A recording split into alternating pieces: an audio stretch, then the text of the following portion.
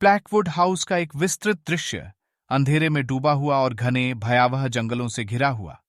Blackwood house लंबे समय से शहर के किनारे एक स्पेक्ट्रल प्रहरी के रूप में खड़ा था।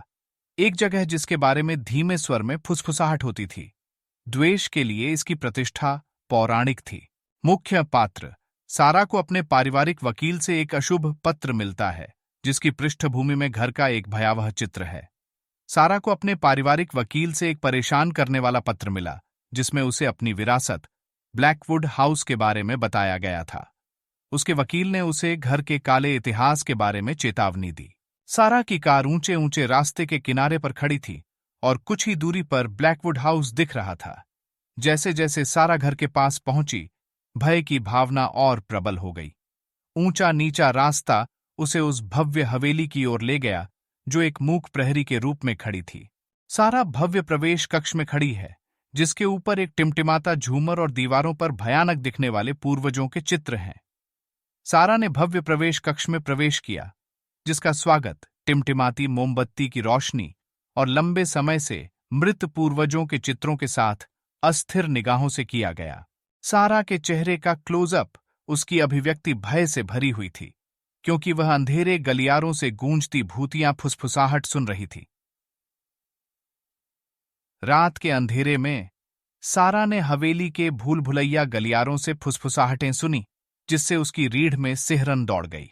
धुंध में डूबे मंद रोशनी वाले दालान के अंत में एक भूतिया आकृति साकार हो रही है।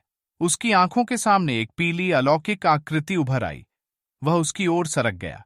उसकी खाली आंखें मूक आरोप में उस पर टिक गईं। सारा को धूल भरी किताबों की शेल्फ के पीछे छिपे डिब्बे में एक पुरानी धूल भरी डायरी मिली। सारा की नजर एक छुपी हुई डायरी पर पड़ी, जो एक पीड़ित आत्मा की हताशा भरी रचनाओं से भरी हुई थी, जो कभी ब्लैकवुड हाउस को अपना घर कहती थी। फ्लैशबैक की एक श्रृंखला, जिसमें फीकी सीपिया टोन वाली छवियों के माध्यम से ब्लैकवुड हाउस के काले इतिहास को दर्शाया गया है।